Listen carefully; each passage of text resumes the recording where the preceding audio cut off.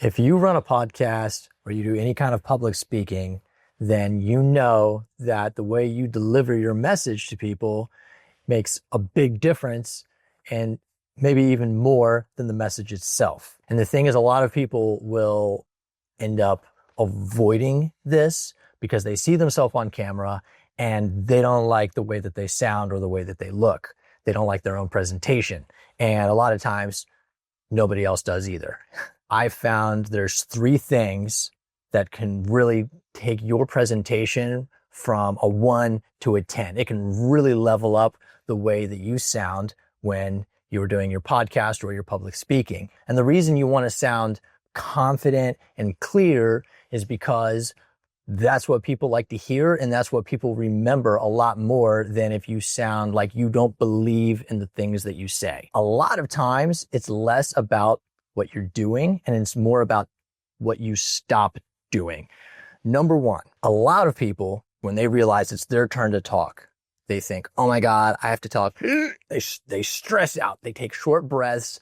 And instead of talking from down here, they're talking from like the back of their throat, and they're talking more up here in this higher level, and they're pushing it all here in this sort of stressed out way. And they think of speech as something like a conveyor belt that's just constantly moving at a certain speed, and they have to maintain that speed.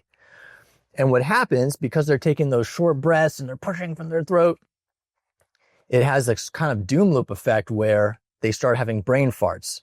Because when we take short breaths, we convince our psyche that we're in panic mode. And in panic mode, we can't think very clearly. And what happens is that we have these pauses and we're freaking out because we feel like the conveyor belt is still moving and we have to catch up to it.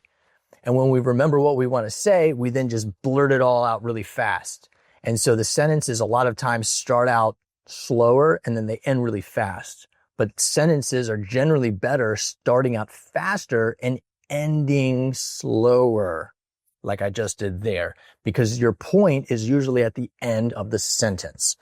So you can start out really fast just to get people's attention, get them psyched up. But when you say something really important, you want to slow it down and then take a pause. And so the main thing to do here is to focus on taking deep breaths, right? I'm going to do one right now. And then when I talk, everything I'm saying, every single word is coming from deeper. Every word has a high cost to me. And because of that, I'm going to use less filler words because every and filler word costs me a lot of air. And so I'm going to notice those while I'm talking a lot more. So I promise you, if you take deep breaths, you're going to find you use less filler words. You're going to have a better tone. You're going to come across more confidence and like you believe in what you're saying. Number 2, disclaimers. I had a piano teacher that would always say to me, Ken, no disclaimers. Every time I didn't practice a song or some scale or chord progression, I always felt the need to explain, I didn't get a chance to practice much this week, so it's probably not as good as you would expect. So I just want you to know that. And she would say, Ken, it's okay. Just no disclaimers. Just play. If I had practiced something, I didn't give any disclaimers. I didn't explain anything. I just did it. What a lot of us do in our speech is we add a lot of disclaimers, which makes us seem like we don't believe what we're saying. Let's say I believe that Trump is a better president than Biden. I can say Trump is a better president than Biden for these reasons. If I say that with disclaimers, it might sound like this. I think that Trump kind of might be a little bit of a better president than Biden. And you can see how that sounds like I do not trust what I'm saying. And I don't expect you to believe it either because I kind of maybe throw a lot of disclaimers into my speech. By taking out disclaimers and just saying the thing with as few words as possible, you're going to come across as far more confident and believable and interesting. Number 3, covering our bases.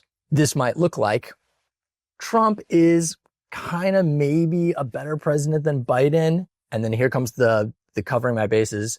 in some areas, but it depends on the policy we're talking about. And that, once again, makes it seem like we don't believe in what we're saying because we're trying to cover every base.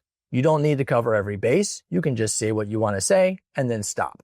But what do you think? If you enjoyed this video, like it so we know, and share it so your friends know. Bye.